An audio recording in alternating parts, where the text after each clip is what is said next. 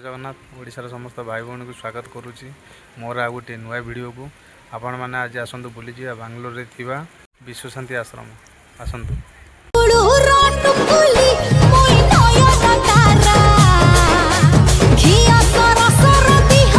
आम आसिक एठारे पहुँची जाइछु विश्व शांति आश्रम यहाँ हूँ गेटा आसतु भितर को जा देखा देखो रविवार अच्छी बहुत लोग बुलवाक आछंती आगर हनुमान गोटे मूर्ति अच्छी 20 फुटर सेठे जाके देखिए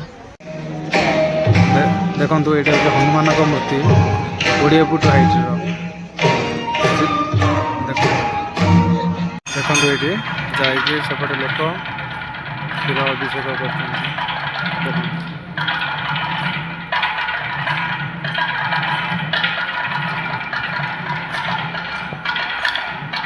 केते लोक आसछन्ति बुलिया पई आपण मन देखि पाउथि बहुत लोक आसछन्ति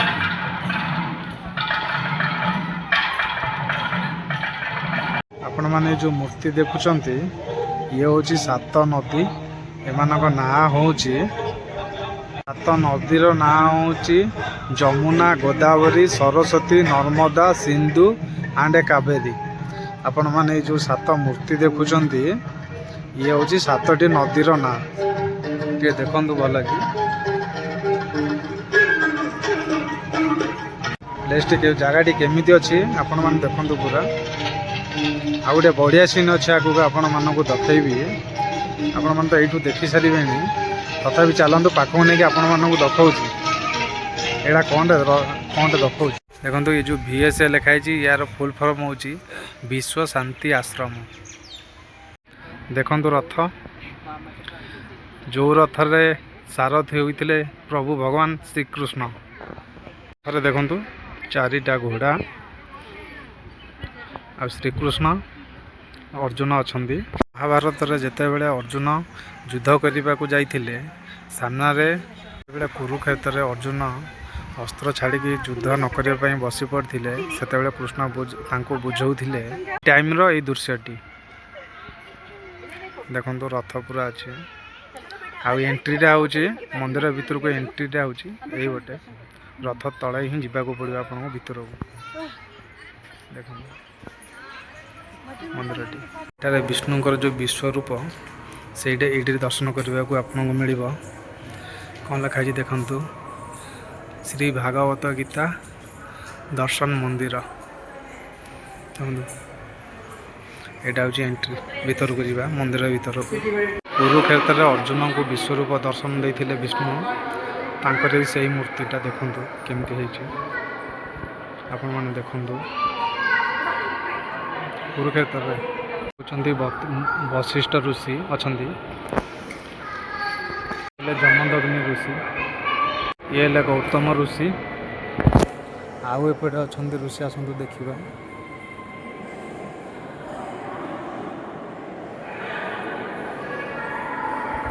आ ये जो ऋषि आपण मैंने देखुं ये विश्वामित्र ऋषि देखु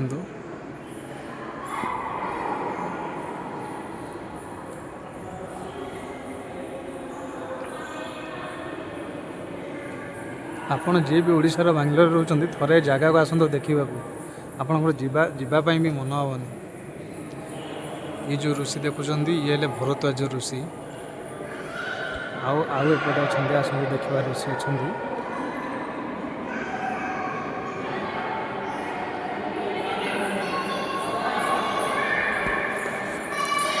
देखु ये अट्री ऋषि ये जो अच्छा अट्री ऋषि ये ऋषि ना हूँ कश्यप ऋषि देखु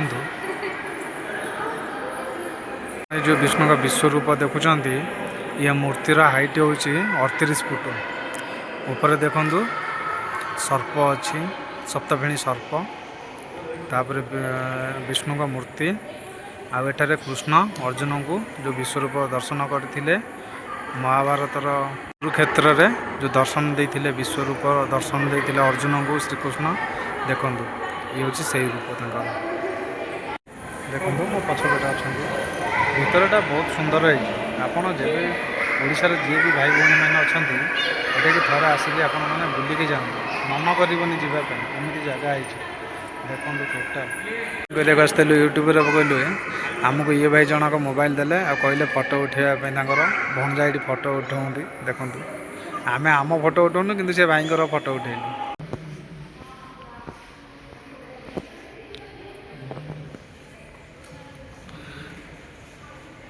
ଆପଣମାନେ ଯେଉଁ ମୂର୍ତ୍ତି ଦେଖୁଛନ୍ତି ଇଏ ହେଲେ ବ୍ରହ୍ମା ରୂପୀ ଗାୟତ୍ରୀ ଦେବୀ। ଦେଖନ୍ତୁ ମୂର୍ତ୍ତିଟାକୁ, ବ୍ରହ୍ମା ରୂପୀ ଗାୟତ୍ରୀ ଦେବୀ ଦେଖନ୍ତୁ ମାଙ୍କ ମୂର୍ତ୍ତି। ଯେଉଁ ଦେଖୁଛନ୍ତି ଭଜନ ହଲ୍ ଦେଖନ୍ତୁ।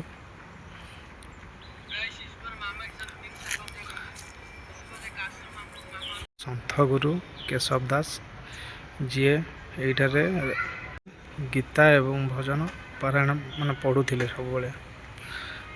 ସଦ୍ଗୁରୁ ସନ୍ଥ କେଶବ ଦାସ ତାଙ୍କର ହେଉଛି ଏଇଟା ଷ୍ଟାଚ୍ୟୁ, ଯେଉଁଠି ମରିଗଲା ପରେ ତାଙ୍କୁ ଏଇଠି କବର ଦିଆଯାଇଥିଲା। ଦେଖନ୍ତୁ ଏଇଠି ତାଙ୍କର ଅଛି ଦେଖନ୍ତୁ ଜାଗାଟି ପୁରା ବହୁତ ସୁନ୍ଦର ହେଇଛି। ଆପଣମାନେ ଓଡ଼ିଶାର ଯେଉଁ ବି ଭାଇ ଭଉଣୀ ବାଙ୍ଗାଲୋରରେ ଅଛନ୍ତି ନିଶ୍ଚୟ ଥରେ ବୁଲିବା ପାଇଁ ଏଠିକି ଆସନ୍ତୁ।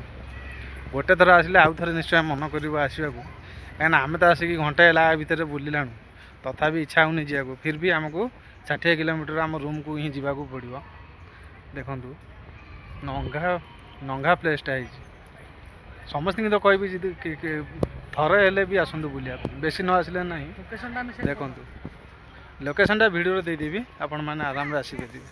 ବାଙ୍ଗାଲୋରରୁ ମାତ୍ର 25 କିଲୋମିଟର ଦୂର। ଛୋଟ ପିଲାଙ୍କ ଖେଳିବା ପାଇଁ ଏଇଟା ହେଇଛି ପୁଟିନି ପାର୍କ। ଦେଖନ୍ତୁ ଛୋଟ ପିଲାଙ୍କୁ ଖେଳିବା ପାଇଁ ଗାଡ଼ି ଅଛି ଏଇଠି। ଏପଟେ ଦେଖନ୍ତୁ 4-5 ଜଣ ପିଲା ଖେଳୁଛନ୍ତି। ଆ ଭିତରେ ଖେଳିବାକୁ ହେଲେ 20 ଟଙ୍କା ଆପଣଙ୍କୁ ଟିକଟ କରିବାକୁ ପଡ଼ିବ। ଏଇଠି ଅଛି ଟିକଟ କରିବେ ଆପଣ। ଦୋଳି ହେଉ ନହେଲେ ଏ ଯେଉଁ ହରିଣ ଅଛନ୍ତି, ହରିଣ ହେରିକା ଅଛନ୍ତି ତାଙ୍କ ପିଠିରେ ବସିକି ଖେଳିବେ। ଆଉ ଏଠି ଗାଡ଼ି ଏଇଠି ଅଛି, ୟା ପରେ ବସିକି। ଆଉ ଏପଟେ ତ ନ କହିଲେ ଭଲ, ଏ ରକେଟ୍ ଗୁରା ଏପଟେ ଭୁଲରେ ବସିବେନି, ଉଡ଼ିକି ନହେଲେ ସିଧା ଉପରକୁ ପଳାଇବେ। ଦେଖନ୍ତୁ ସବୁ ଅଛି। ଆପଣ ବସିଲେ ଏଠି ଜଣେ ଅଛନ୍ତି, ସେ ଖାଲି ଘୁରେଇବେ, ଛୋଟ ପିଲା ବସିବେ ଘୁରେଇବେ ଖେଳିବେ। 10-15 ମିନିଟ୍ ଖେଳିପାରିବେ, 20 ଟଙ୍କା। ମୋ ପଛପଟେ ଦେଖିପାରୁଥିବେ ଆପଣମାନେ, ଆଜି ରବିବାର ଅଛି ସେଥିପାଇଁ ବହୁତ ଲୋକ ଆସୁଛନ୍ତି। ଶନି ରବି 2 ଦିନ ଛୁଟି ପଡ଼ୁଛି ନା, ପ୍ରାୟ ଲୋକ ଆସୁଛନ୍ତି ବୁଲିବାକୁ। ଦେଖନ୍ତୁ ପଛ ଆଡ଼େ ଦୁନିଆ ଲୋକ ଅଛନ୍ତି ମୋର।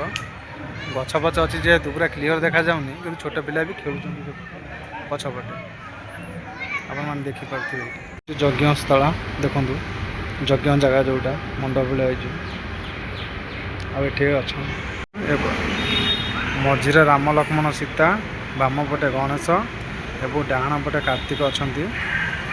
ଦେଖନ୍ତୁ ଆପଣମାନେ କେବେ ବି ଥରେ ବୁଲିବାକୁ ଆସନ୍ତୁ, ତାପରେ କହିବେ ଭିଡ଼ିଓଟି ଏଠି ଜାଗାଟା କେମିତି ଅଛି।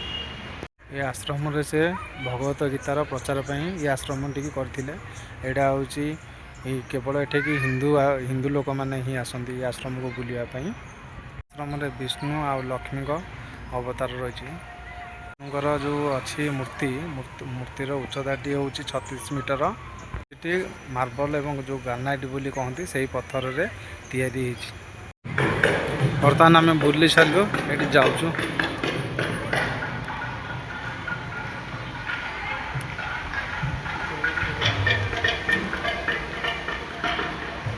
এই ଆଗରେ ଯେଉଁଟା ଦେଖାଯାଉଛି ସେଇଟା ମେନ୍ ଗେଟ୍।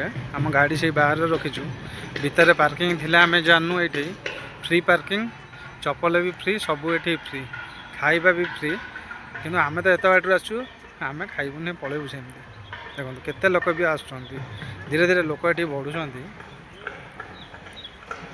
ଦେଖନ୍ତୁ ପୁରା ନଡ଼ିଆ ଗଛ ଚାରିଆଡ଼େ, ଆଉ ଏଠି ଟଏଲେଟ୍ ବି ଅଛି ଆପଣମାନଙ୍କ ପାଇଁ।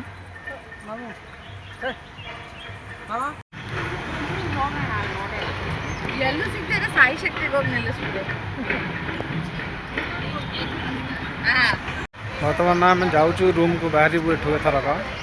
ଆପଣମାନେ ଭିଡ଼ିଓ ଦେଖନ୍ତୁ, ଆଉ ଯଦି ଭଲ ଲାଗିଥିବ ଗୋଟେ ସେୟାର କି ଗୋଟେ ସବସ୍କ୍ରାଇବ୍ କରନ୍ତୁ। ଆପଣମାନେ ତ ସବସ୍କ୍ରାଇବ୍ କରିବେନି, ନା ଲାଇକ୍ ଦରକାର ନାହିଁ, ଯଦି ପାରୁଛ ସବସ୍କ୍ରାଇବ୍ କର ହେଲା। ହେଉଛି ଜୟ ଜଗନ୍ନାଥ। ପୁଣି ଦେଖାହେବ ଆଉ ଗୋଟେ ଭିଡ଼ିଓରେ ଆପଣମାନଙ୍କ ସହିତ।